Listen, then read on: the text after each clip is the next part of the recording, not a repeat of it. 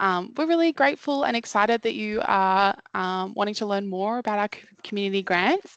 My name is Georgia Llewellyn and I'm from our community development team at Northern Beaches Council, and I'll be leading today's session. Before I go any further, I'd like to acknowledge country.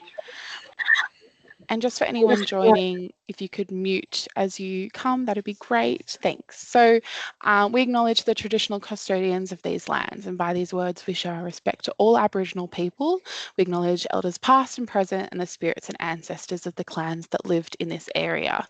So just some a welcome and some kind of housekeeping, a warm welcome to everyone online. We've got some people slowly climbing in, and for those that have just joined, apologies for our tech. Hopefully we've sorted it out, and if not, if you know anyone else, we'll make sure that they get the information. So please note that this session will be recorded and uploaded to the council's website, so you can watch it afterwards, and also for those that have missed out. And by attending this meeting, you're agreeing to be recorded, but if you do have any concerns, please just contact us at the email community grants, which is all over our website, or you can direct message myself as well. If you particularly want to turn off your camera, if that's what you're concerned about with the recording, you're welcome to do that. We're expecting quite a number of people, so that might help with our Wi-Fi and tech challenges too.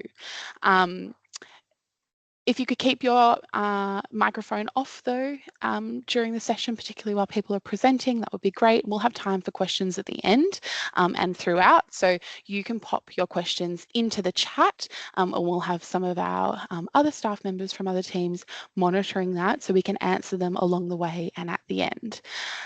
So, grants. Today we'll be covering eligibility, the available funding, how to apply, and some key dates. We have 6 grant streams represented today, and they'll explain a little bit more about their individual grant streams. So we have Maddie Stone from Arts and Creativity, Matt Bowie from Community Development, Yanae Wright from Environment, Natasha Henshaw from Events, Alana Collignan from Placemaking, and Damien Ham from Sports and Recreation Infrastructure. So they'll each be presenting more specifically about each of our streams. But to start us off, everything is shaped for us by the community strategic plan. So it defines our community's vision and the 4 key areas of environmental, social, economic, and civic. And as a part of your application, you'll need to align your project to an outcome of a goal, and more details on the goals can be found on our website. But this structures a lot of the reason why we have grants in the first place. We see the value of community and how they can play a part in this strategic plan as well. And so everything is linked back to this. General eligibility. So to be eligible for funding, applicants will need to meet a couple of different things, and this does differ from grant to grant. So the most important first step for you to do is to read through the grant guidelines of the stream that you'll be applying for. So you can find these on our council website underneath each of the grant stream, and we'll provide links at the end of this presentation as to where you can find them. So eligibility does vary slightly from grant to grant, but it is outlined in these documents. Additionally to this, common themes across them is that applicants must also acquit any previous council grants or sponsorships in the specified timeline, have no outstanding debts owed to council, and demonstrate the grant that will be used for a public interest, primarily for the local community. So we're all about the community here for these grants, and so that's our primary goal. Some general exclusions, you can see a list on the screen, which is duplication of existing services or programs, whether that's council-run programs or community-run programs, anything that's already occurred, so funding is for any programs that happen in the future, and multiple applicants submitting applications for the same project. So just to explain that further, oops, I went too far. You can only be funded by one council grant stream. So rather than applying multiple times, we advise that you put your energy into one stream that best suits you. And you can contact us to discuss which stream might be most suitable for you. We're very happy to have a chat about that and advise which one would be best. But we can't fund multiple programs from the one organisation. And so best case for everybody is to apply for the one that you think is most suited. Additionally to other exclusions is operational expenses such as rent, ongoing staff wages and insurance, travel and accommodation expenses, and you can't be a state government organisation or a political party or for a political purpose. So we'll now take a deeper dive into each stream, and I'll now hand over to Maddie from Arts and Creativity, who will explain further. Hi, I'm Maddie. I'm an Arts and Culture Development Officer with Council and the contact for the Arts and Creativity grants. As you can see here, we have two categories, the independent projects, which is up to 5,000, and the community and creative sector projects, which is up to 10,000. To clarify these categories, the independent category includes sort of independent artists, but also groups where the focus is on the benefit towards more of the individual or the individual group, and that could be a creative business or a band, for example. And the focus of the grant is the professional development and growth of the individual or group.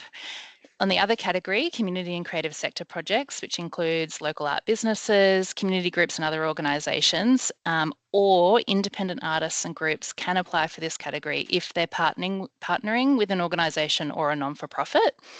And the focus of this category is the growth of creative industries and support sector sustainability across the Northern Beaches.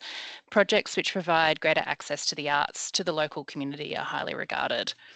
To be eligible for an art and culture art and creativity grant, you must be an artist and creative, small or medium arts organisation, so no large organisations, and a business located on the Northern Beaches.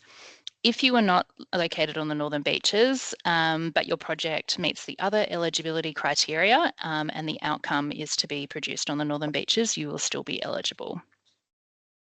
And projects that we ask for, projects are to align with the key objectives with Council's Art and Creativity Strategy, which is connected through Creativity 2029. And there are 7 objectives, which I will go through on the next slide, if I can swip over, Georgia. So these are the 7 objectives, and they've been pulled from our strategy. Please note, as you can see here, 2 and 7, if you are aligning your project with these objectives, you must provide appropriate cultural permissions and adherence to the relevant cultural protocols. For example, if you are working with Aboriginal and Torres Strait Islander artists or engaging with Aboriginal and Torres Strait Islander stories or content, you must adhere to those protocols, and the same with the other diverse communities as well, listed in Objective 7. There is a list of resources available to you on our website under grant resources so that you can follow those protocols correctly. Thank you, Georgia. Next slide. These are the assessment criteria, which there are 4, and they're slightly different depending on whether you're an independent project or a community and creative sector project. And they're the framework around how we assess your applications. So they're rationality and impact, connection and development, experience and capacity and viability. The first 2 assessment criteria link back to those 7 objectives in the previous slide. Experience and creativity details your experience in delivering a project of a similar scope previously. And that's a section where you will upload your resume or potentially the resume of other artists or groups that you're working with. And the viability details your budget and your timeline for the project. When I say all of that, please note that your projects don't need to have every aspect of the project confirmed, but it needs to show that you are working towards having those things in place. So if you were to be running a series of art workshops, maybe you had a list of artists that you had contacted to try and maybe get them to come in and teach their art form as part of the workshops. If you are a venue, maybe you have a list of bands and musicians that you would like to put on. So there might be a list of artists that you would want to work with towards that. And also another one that trips people up is venues, so where you will host the workshops, where your exhibitions will actually take place. There needs to be some, it doesn't have to be booked, but some working towards shown to show that you will actually have a space for the work to take place. New slide, please, Georgia. And then these are the community and creative sector projects. As you can see, they're slightly different from the independent projects, and a more clearly demonstrated value to the community needs to be defined for this category. For example, a venue might want to host a series of live music nights featuring local music, and artists partnering for non-for-profits may deliver a series of workshops, but at a really low cost point to try and capture community engagement. They will be able to apply for this, this category. Next slide. Some past recipients and types of projects that have been previously funded are things like exhibitions and talks, which go towards also professional development, I guess, and growth, subsidised community workshops, audience development and marketing of creative groups, such as if you're a musician and you are releasing an EP and producing that body of work, potentially we could fund a portion of that or the marketing of the release of the EP. Also things like producing short films and theatre productions we have also funded in the past. So the scope is quite wide, which is really great. It just really needs to be clearly linked back to those assessment criteria. I hope that gives you a better understanding and sparks some creativity, and I will now pass to Matt from Community. Hey everyone, my name is Matt and I'm a Community Development Officer here at Council's Community Development team. I'll obviously be discussing our community development grants. So we have two distinct grant streams, both of which aim to provide funding to assist local community groups and organisations with their projects and initiatives that align with our key elements of Council's social sustainability strategy, which is our Better Together document of 2040. The focus for us this year will be on projects and initiatives that promote safety, inclusion and connection. Council has a total pool of about $120,000 budgeted to assist with this through our two distinct streams, which are our small grants category and also our community development category. Next slide, please, Georgia. So with our small grants category, this is the first of our two streams, and this one looks to provide one-off funding that will either help to pilot new initiatives, establish new community groups or organisations, or to increase the sustainability of pre-established groups or existing initiatives already in place in the Northern Beaches community. The small grant stream provides grant funding of up to $5,000 to enable this, and with entities that are that are eligible to apply for this small grant are any community group or unincorporated association that it's a not-for-profit. It's predominantly run by volunteers. It's based in or servicing the Northern Beaches LGA, and is for any incorporated not-for-profits, they are also able to apply, but only if they have an annual revenue of $500,000 or less. To be an applicant for this, you must clearly detail how your project or initiative meets a need of one of the listed priority populations in our guidelines, and demonstrate the ability of how this project or initiative will either increase community safety and inclusion for that group, increase social connection and participation in community life, improve access to information, services, programs and facilities, or increase community capacity to care for themselves or others. Next slide, please, Georgia. So our second stream is our community development grants category. This category looks to provide funding to eligible organisations to assist in the delivery of projects or initiatives that address the funding priorities of young people, older people, people from diverse backgrounds, people who are experiencing mental ill health, and people who are also socially isolated. So the community development grants difference is that it has grant funding of up to $10,000 to go towards these initiatives. Entities that are eligible to apply for this grant stream are any incorporated entity that is a not-for-profit and is again either based in or is servicing the Northern Beaches LGA. Applicants must clearly detail how their project or initiative meets a need of one of the listed priority populations, again from our guidelines, and demonstrates the ability of how this project or initiative will increase skills or knowledge, improve access to community information, services, programs and facilities, increase participation in community life, increase a sense of safety and support, increase a sense of social belonging to the Northern Beaches community, and increase social connections as well. Next slide, please, Georgia. So some of our past recipients are shown here. The first one in the top row here is our Fusion Pride Picnic. This was a recipient from our 2023-2024 grant year. This was held at DY Strand to celebrate and show support for the LGBTQIA+ community, and celebrating these people and their families across the community that live in our Northern Beaches area. We also have Artability, which was provided a grant for their Accessible Community Creative Arts program. Bushlink, which was provided one for their providing employment opportunities for people with a disability in their bush regeneration initiative at Orara Reserve.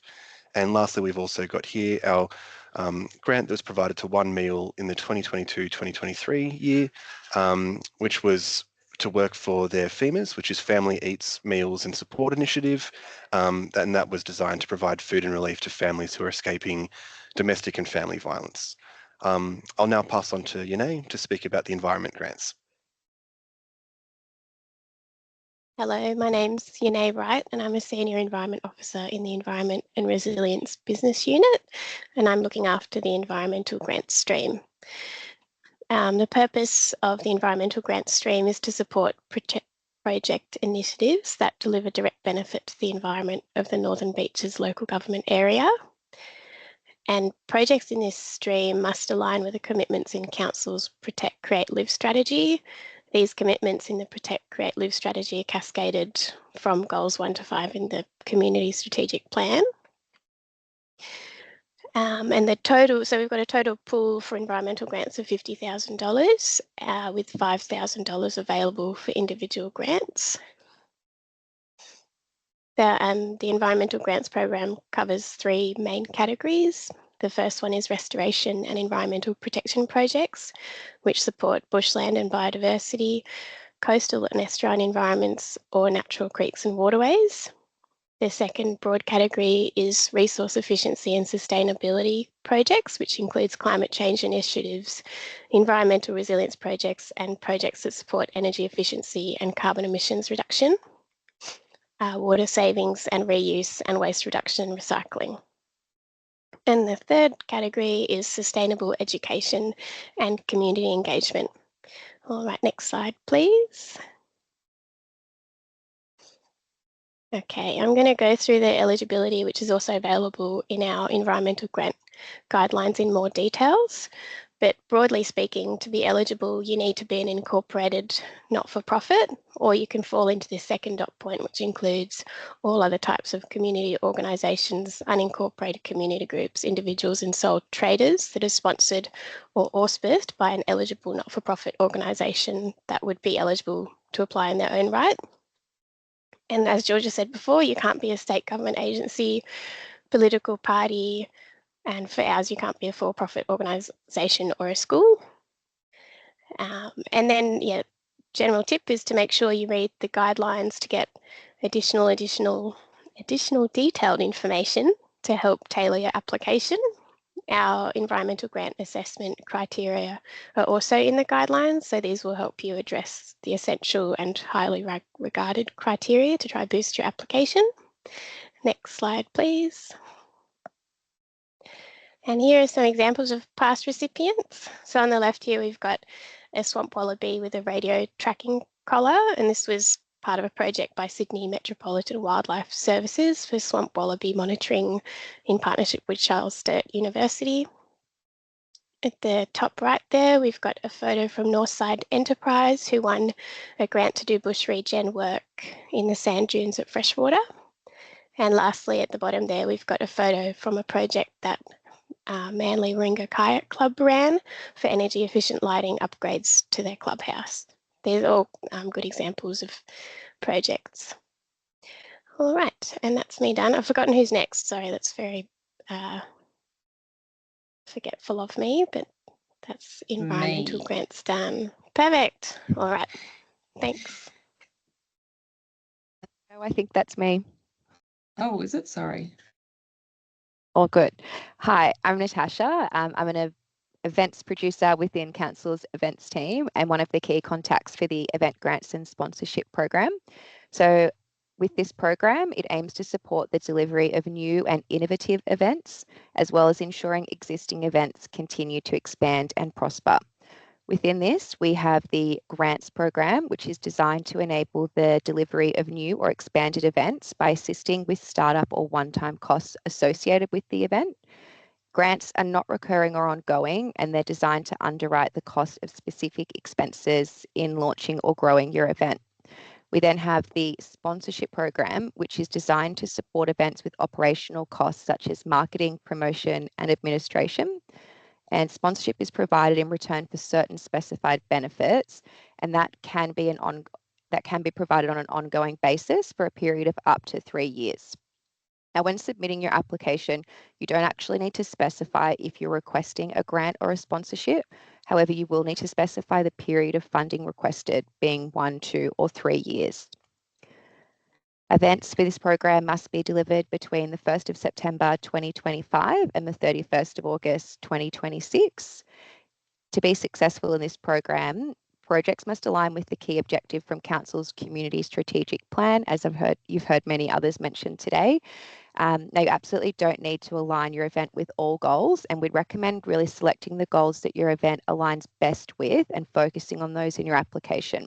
So further info on those goals can be found in our program guidelines, so please be sure to read that and review before commencing your application.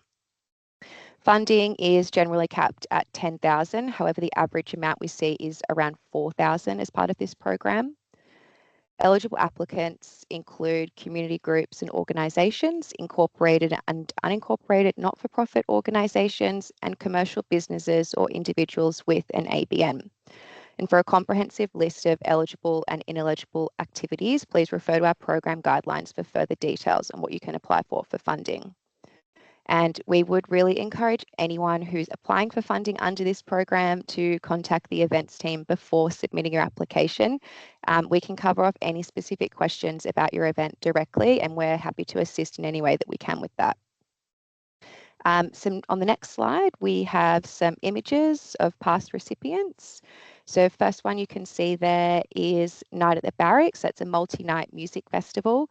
They received a 3-year sponsorship for their event. Next is Groundswell, an annual music, art and culture festival held in the Brookvale Arts District. That was another 3-year sponsorship. Next, we have the Volleyball New South Wales Beach Champs at Manly, a 3-year sponsorship. The next line, we have the Collaroy Smiles on Dials. That was an event to enable disabled surfers to get out in the water, run by Disabled Surfers Association, another 3-year sponsorship. Then Manly Warringah BMX Club, a 1-year sponsorship for a round of their BMX State Series. And then Bondi to Manly, a 1-year sponsorship for their Bondi to Manly Ultra event. I don't have an image shown, but an example of a grant is the Reignite Fashion Runway Parade that was organised by the Women's Resilience Centre, and it was showcasing sustainable fashion, including recycled and used clothing. So a full list of those past recipients is available on our website if you'd like to have a look at other examples for inspiration. But yeah, hopefully that info has provided some further clarity around our program. And I'll now pass to Alana from Placemaking. Thank you. So my name is Alana. I'm from Place and Economic Development. I'm a place coordinator here. This year I am running the placemaking grants and the main contact for these grants as well. So the placemaking grants are really all about collaboration and involving businesses, council and community, and trying to get everyone to work together and provide pilot projects that respond to the local needs. So every area tends to have a different need. We're trying to create vibrant and connected, safe places. The aim for them are to encourage the community to take an active role in the direction of their town and village centres and deliver enhanced economic, social, environmental or cultural benefits to the community. They're really trying to aim to establish a bit of a want to go to your local town centres and villages, encourage people to go out and get out of the house, all that type of thing. Next slide, please. Some useful information is that we have a total pool of 20,000.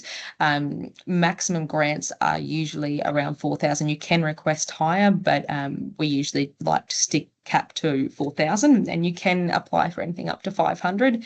You can decorate a shop front or paint a mural on or create a live activation. There's quite a big scope of works you can do with one of these grants.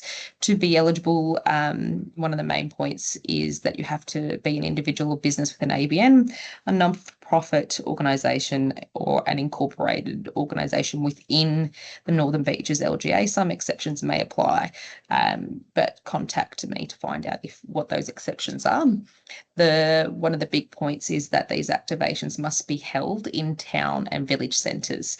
So they've got to be within your local shopping centre or town centre or something similar to that, near your commercial centres.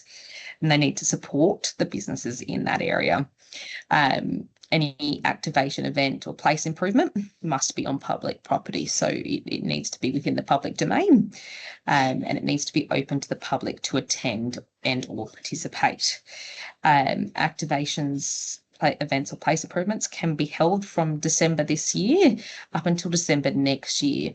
They're pretty big points there, so that we do allow a little bit of extra time to complete the activation because it can take a little bit longer to get these done. So any placemaking grant could be activation for a place improvement, like putting outdoor seating, a street library, anything like a little event like a market day or anything like that. Next slide, please. These are a few of our past recipients. So up the top there, we've got Newport Spring into Summer. Then we have a busking event down in Manly. We've got some arts and creation for a hoarding display. Then we've got Diwali that was held in DY. So we've got a really big range. It doesn't have to be an event. It can be an improvement like a hoarding display, a mural, anything like that. A pretty well-known one is Elanora Heights Christmas markets. They've been a recipient for the past few years of a grant, which allows them to activate the space and bring the community into that town centre and show what businesses are in the area. But yes, that's basically me. I'll pass it on to Damien, I think. That's great. Hi, everybody. I'm Damien from the Parks and Open Space team. Our team manage our council's sport and recreation grants. As you can see on the slide there, then there's $10,000 to $35,000 available for improvements to sport and recreation infrastructure. So that's infrastructure.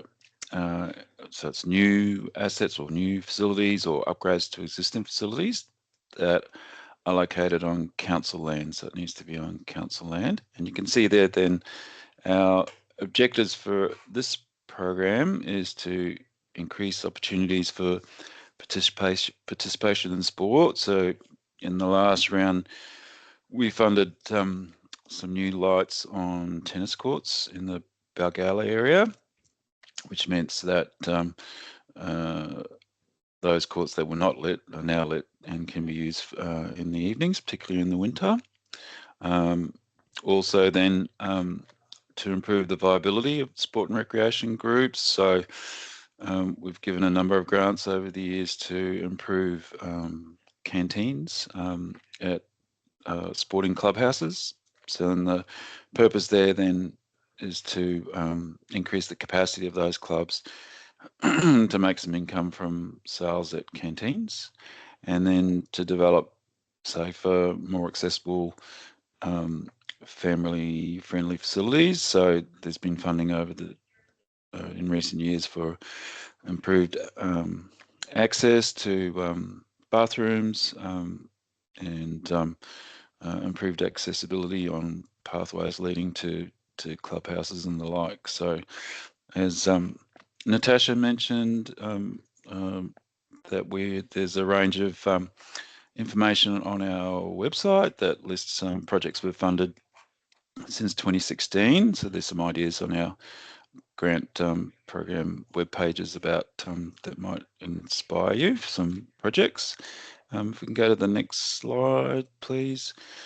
So as I mentioned, so our projects need to be for infrastructure on council buildings or on council land.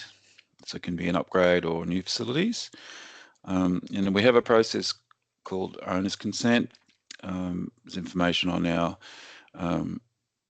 application form and in the guidelines that are available for the program about what that means, but essentially it's consent to submit your application. So we need to be, our teams look at whether or not your idea, what you're wanting to do is something that would fit that particular building or the land that you're wanting to build on. So it's an extra step on top of the application form.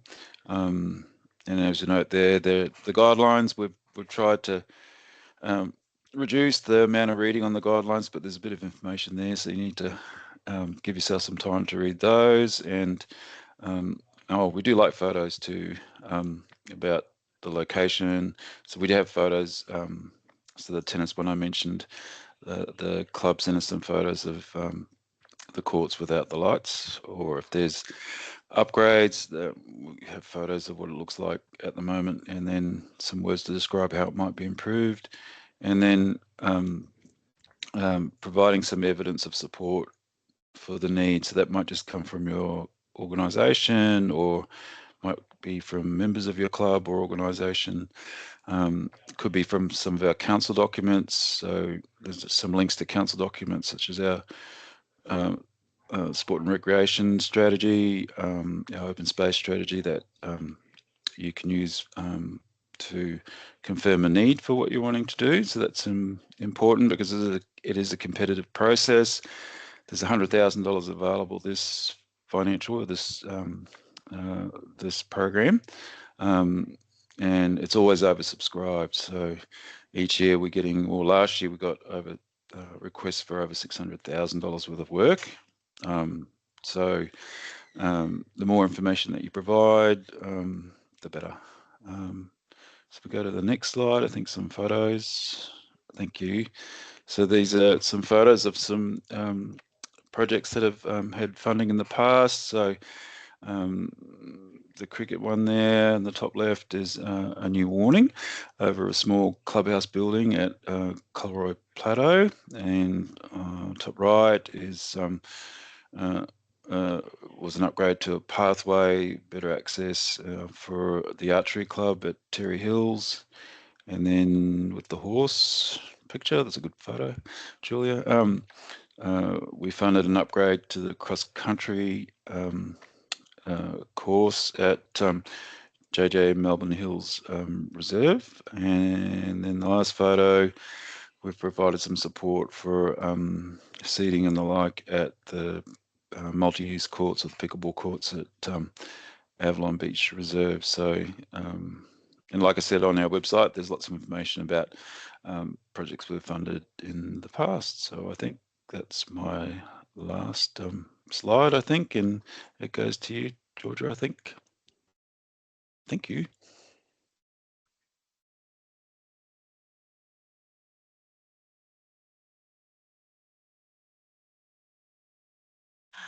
Amazing. Thank you everyone for presenting. We'll have an opportunity for questions. So if you do have any, please pop them in the chat. We will answer them shortly.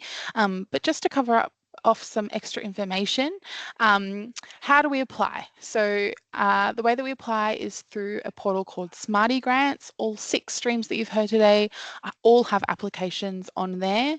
They are all different applications, so make sure you take a look at them. There is an opportunity for you to preview the application, so you can either download it as a PDF or you can view it online. And our recommendation is actually to start up a Word document to write the details in as you go.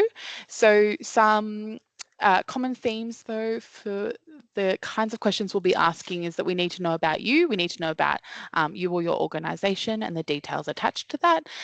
We need to know about the idea. We want you to sell it to us.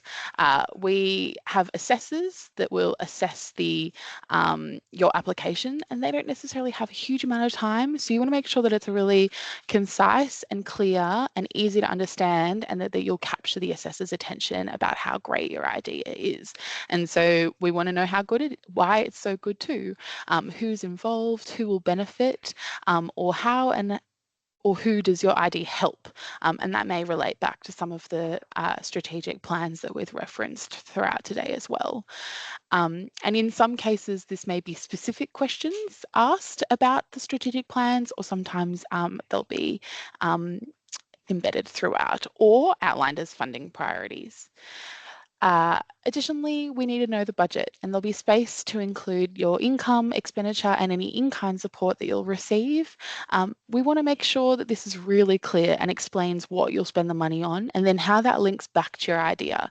There's multiple lines that you can add in. You can give as much detail as you can, and there's a lot of information online, which I'll show some links in a second, where you can find out more about how to do that well, and some videos as well. So this is a preview as to what it looks like. So you can see that link there takes you to all 6 streams for applications. Our recommendation, is to have a look around first, but you will need to create a login and create a profile. And that means you can start an application and save it and come back to it later. But our hot tip is that you need to save it yourself as you go, as it doesn't automatically save. And if your browser refreshes, there's a chance that you may lose your work. Mentioned about the preview. If you have any access requirements or questions about Smarty Grants, please do give each stream a call. We definitely want to make it as accessible as possible. So you can go directly to this link, or you can also find the button to find these application forms on our grants website, which I'll show shortly. Some key dates. So here is a map of the entire process. So applications are open now, and they close on the 28th of July at 3 p.m. Although this is different for our events and grants sponsorship grants, as they close early on the 10th of July at 3 p.m.